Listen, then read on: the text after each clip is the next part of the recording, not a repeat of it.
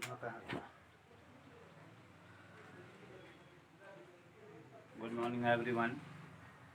Today welcome back my YouTube channel. आज दूसरा पाठ हम पढ़ाने जा रहे हैं अनुगुंज भाग 8। पाठ का नाम है ए बुजुर्ग।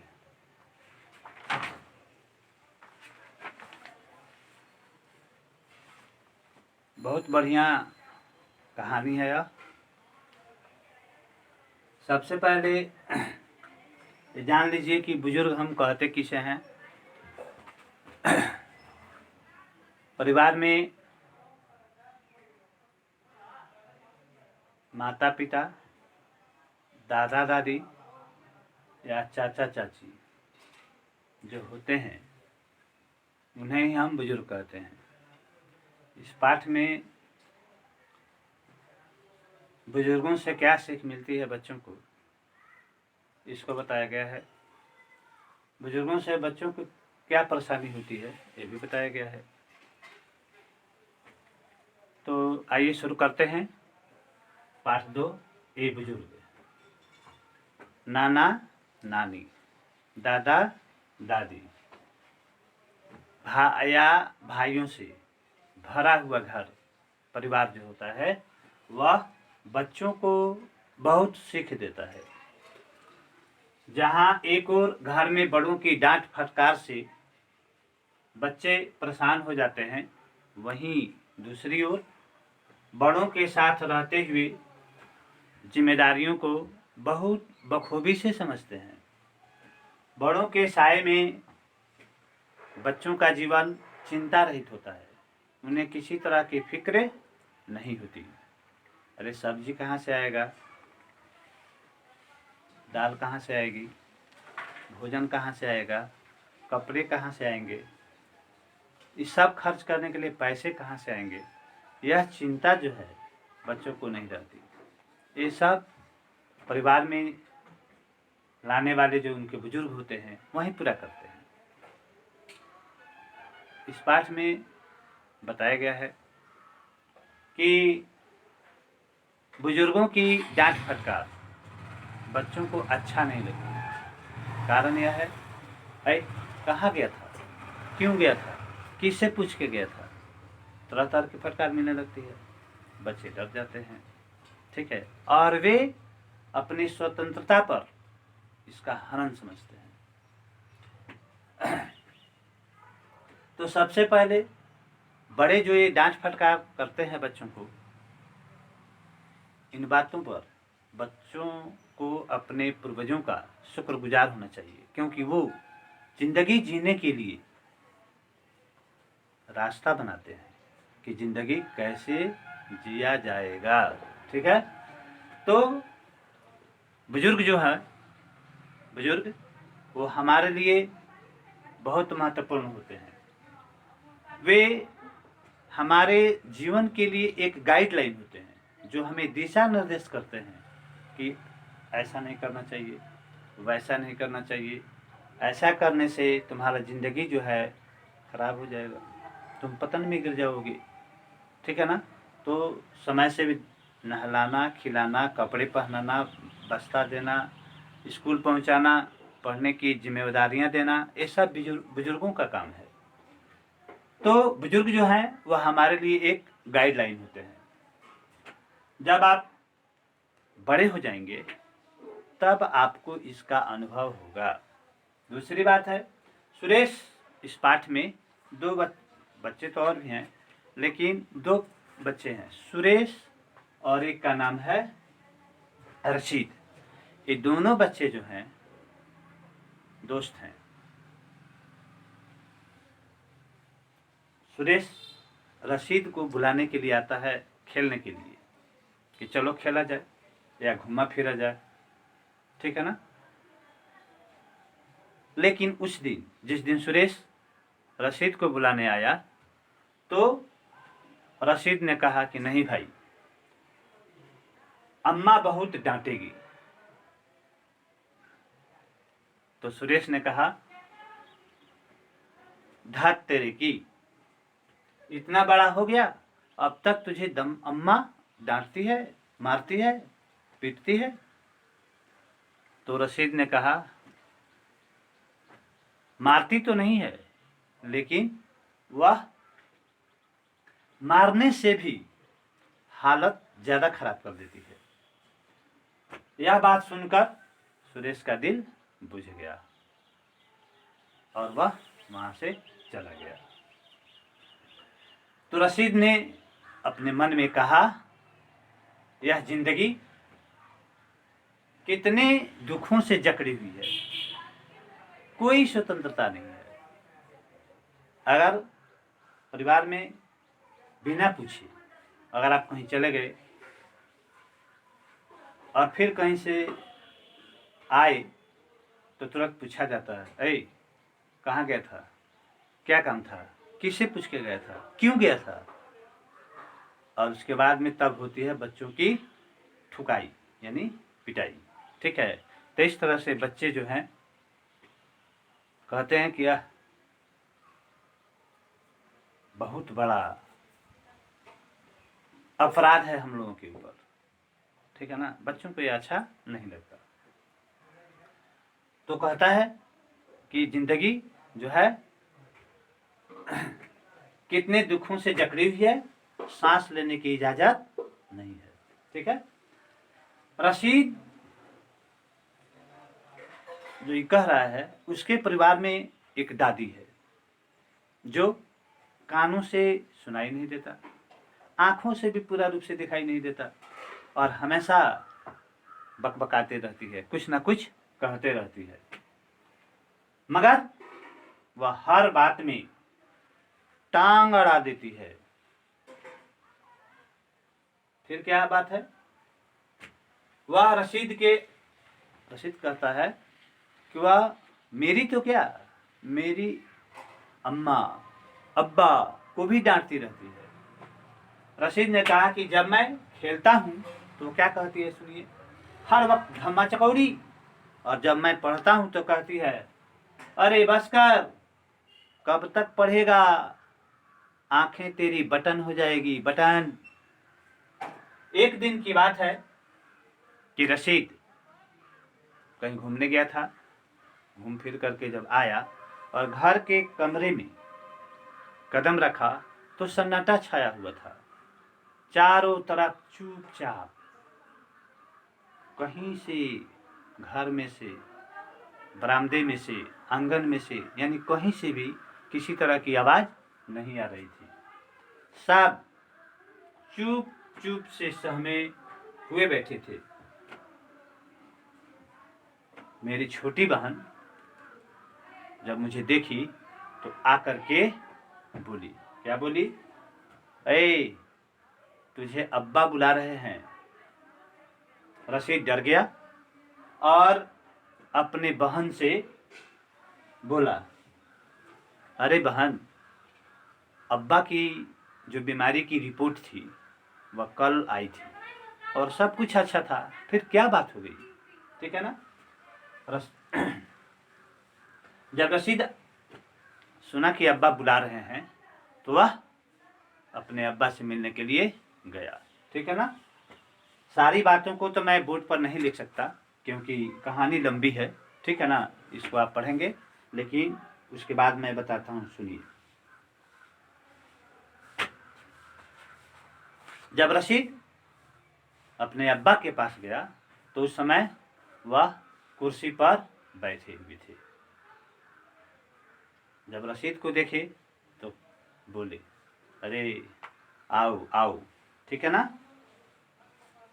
जैसे रशीद कह रहा है कि ऐसा लग रहा था कि मैं मेहमान हूँ। ठीक है ना। फिर कहता है कि मेरे अब्बा मुझे बुलाए। जब मैं उनके पास गया तो मुझे देखे और मुस्कुराई। ठीक है ना। और बोले, क्योंकि वहाँ पर रशीद की माँ भी बैठी हुई थी। अब उसकी माँ से कहते हैं, ऐ तुम ही बताओ क्या कहना है। ठीक है ना। तो बोली, नहीं आप बताइए। ठीक है ना। थोड़ी देर दोनों तकलीफ करते रहे। फिर अब्बा खखारे, अम्मा जो है मुंह फेर ली, उनकी आंखों में आंसू थे जिसको वह छुपा रही थी।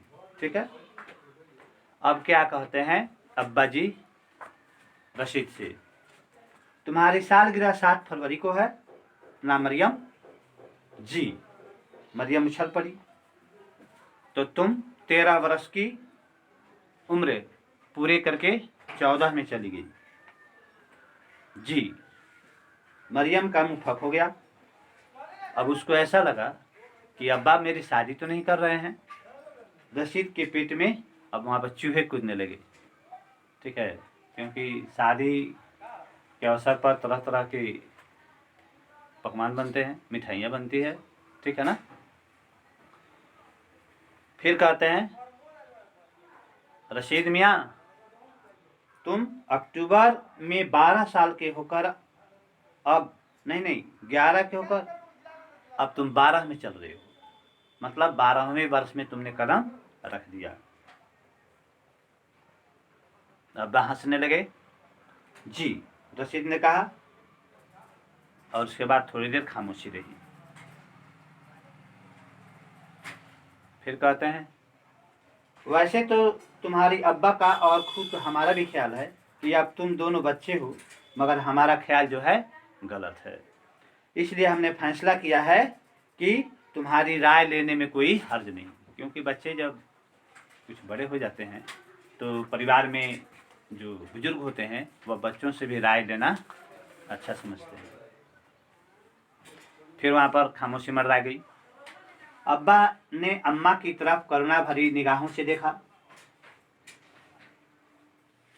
अब अम्मा उसी कहती है, डॉक्टरों का कहना है कि इतना ही कह करके रुक गई, यानी उसकी आवाज़ जो है भर्रा गई। तब अब्बा बोले, अरे तुम तो ऐसे घबरा रही हो जैसे हम मरने जा रहे हैं। तो उसकी माँ कहती है, खुदा ना करे। तो फिर कहते हैं रशीद से उसके पिताजी, हमें पहाड़ पर जाना पड़ेगा। पहाड़ पर? मरियम का स्वर जो है कांप गया। हाँ, कोई ऐसे खतरे की बात नहीं है। दाएं फेफड़े में थोड़ा पैच है, पैच का मतलब थोड़ा सा छेद हो गया है। ठीक है ना। वैसे तुम्हारे अम्मा को भी जाना पड़ेगा। मैंने तो सोचा कि इनके जाने की जरूरत नहीं है, मगर तो फिर अम्मा बीच में बोल पड़ी, नहीं मैं भी जाऊंगी, मैं भी आपके साथ चलूंगी। तो फिर कहते हैं, अब्बा यहाँ बच्चों की देखभाल कौन करेगा? क्यों भाई? अब बच्चों से पूछते हैं कि आप लोगों की क्या राय है, तुम लोगों की क्या राय है? बेकार है ना तुम्हारे अम्मा को मेरे साथ जाना। ठीक है ना। मरियम ने रशीद की तरफ देखा। रशीद को गुस्सा आने लगा, क्रोध। आज तक उसने अपने मामले में भी कभी किसी से जरा राय नहीं ली और हुक्म ही हुक्म दिए। आज इसमें ऐसे राय तलब की जा रही है जैसे लग रहा है कि वह भी कोई बुजुर्ग हो। ठीक है ना। फिर रशीद कहता है, अब्बा आप क्यों जा रहे हैं? तो फिर अब्बा कहते हैं, हम समझते हैं हमें ना जाना पड़ता। सवाल मुन्नी और रशीद का है, वे बहुत छोटे हैं, कुछ नहीं समझते। अब तुम्हारी सिवा कौन इनकी देखभाल कर सकता है? क्योंकि रशीद जो था अपने भाई बहनों में बड़ा था और उसे राय लेने के लिए ही उनको बुलाया गया था। उसके बाद में देखिए कहानी आगे बढ़ती है, जिसमें बातचीत होता है और उसके बाद में उसके अब्बा जो हैं सारी जिम्मेवारियां परिवार की रशीद पर डाल देते हैं और कहते हैं कि रशीद अब मुझे जाना होगा। परिवार में हम खाना बनाने के लिए बावर्ची को लाते हैं, देख रेख करने के लिए एक नौकर को रखते हैं। तो रशीद बोला कि अरे इसकी क्या ज़रूरत है, इसकी कोई ज़रूरत नहीं है, सामान हम खरीद करके ला देंगे और खाना जो बहनें हैं वो बना देगी, ठीक है ना। व्यर्थ में पैसे खर्च होंगे और हम लोगों के पास उतने पैसे भी नहीं हैं, ठीक है ना। मतलब कुछ जिम्मेवारियाँ लेता है। उसके बाद में छोटे जो बच्चे हैं वो रुआसे स्वर में कुछ बोलने लगते हैं। फिर रशीद उनको डांटता है और कहता है कि देखिए अब्बा बाहर जा रहे हैं, और कोई भी परिवार में जब बाहर जाता है तो रुआसा नहीं होते, रोते नहीं, हंसते हैं, ठीक है ना। अगर रोएंगे तो उनकी तकलीफ बढ़ जाएगी। डांटता है अपने छोटे भाई बहनों को, ठीक है ना। उसके बाद में तैयारियां शुरू होती है और उसके अब्बा बाहर इलाज कराने के लिए जाते हैं। अब्बा और उसकी अम्मा दोनों एक साथ अपनी यात्रा पर निकलते हैं। बच्चे उनको छोड़ने के लिए स्टेशन पर जाते हैं। वहाँ पर कुछ सामान खरीद करके अब्बा अपने बच्चों को देते हैं। उसके बाद में गाड़ी आती है, गाड़ी पर दोनों बैठ करके चले जाते हैं। फिर यह रुमाल से मुंह लेकर के सभी बच्चे अपने घर आ जाते हैं। दादी पूछती है, अरे तुम्हारे अब्बा कहाँ हैं? तो बच्चे कह रहे हैं कि वह किसी कामकाज के सिलसिले में बाहर गए हैं। मतलब बात कुछ छिपा देते हैं, उसे नहीं कहते हैं। उधर जब वो लोग पहुंचते हैं अपने जगह पर तो वहाँ जाकर के डॉक्टर से मिलते हैं और अपना इलाज करवाते हैं। कुछ दिन वहीं पर ठहर जाते हैं। समय बीतता जाता है। इधर बच्चे जो हैं अपनी अपनी जिम्मेदारियां जो है परिवार में उठाते हैं। किसी को जिम्मेदारियां दी गई है सामान को सजाने के लिए, किसी को जिम्मेदारियां दी गई है कपड़े धोने के लिए, किसी को जिम्मेदारियां दी गई है भोजन नाश्ता तैयार करने के लिए, और सभी अपने अपने काम में व्यस्त हैं। किसी को कहीं जाने की फुर्सत नहीं है, ठीक है ना। इस तरह से बच्चे आपस में ही अब लड़ते झगड़ते नहीं हैं, बल्कि प्रेम से एक साथ रहते हैं। सुबह जगना, फ्रेश होना, नाश्ता तैयार करना, पढ़ाई करना, फिर फ्रेश होना, फिर विद्यालय जाना, फिर विद्यालय से आना, फिर शाम में वही काम। इस तरह से जो जिम्मेदारियां हैं ये रशीद अपने छोटे भाई बहनों के साथ बखूबी से निभा रहा है। किसी तरह की परिवार में मारामारी, बच्चों के साथ पीटा-पीटी आपस में नहीं हो रही है। समय बीतता जाता है और उसके बाद एक दिन ऐसा समय आता है कि उसके माता पिता अब पुनः बाहर से वापस घर आ रहे हैं। अब ये बच्चे जो हैं खुशी के मारे उछल पड़े और फिर क्या हुआ ये देखिए। जब अब्बा और अम्मा उनके घर आते हैं तो देखते हैं तो देखते रह जाते हैं, क्योंकि उनकी सुंदरता पहले से काफ़ी बढ़ गई है। चेहरे पर रौनक आ गई है, चेहरा चमक रहा है, साफ सुथरा हो गया है, हेल्दी हो गए हैं, ताकतवर, स्वस्थ भी पूर्ण रूप से हो गए हैं। यह देख करके बच्चे जो हैं काफ़ी परेशान हो जाते हैं, ठीक है ना। उसके बाद में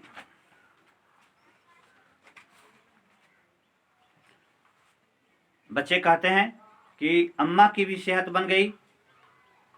और उसके बाद में जब वे लोग घर आए तो फिर बच्चों में क्या हुआ, उधमबाजी। अब बच्चे जिद करने लगे, बहन भाई आपस में लड़ने लगे, अम्मा उन्हें डांटने फटकारने लगी। उसी दिन फिर शाम के समय सुरेश आया और कहा, चलो भाई बड़ी जोरदार पिक्चर लगी है, बहुत बढ़िया सिनेमा लगा है, चलो देखा जाए। तब रशीद जो है वहाँ पर रोनी सूरत बनाया और कहा, नहीं भाई कल टेस्ट है, अम्मा डांटेगी, ठीक है ना। तो फिर वहाँ पर सुरेश क्या कहता है, या खुदा तूने ये बुजुर्ग पैदा ही क्यों किए। बात समझ में आ गई होगी, ठीक है ना।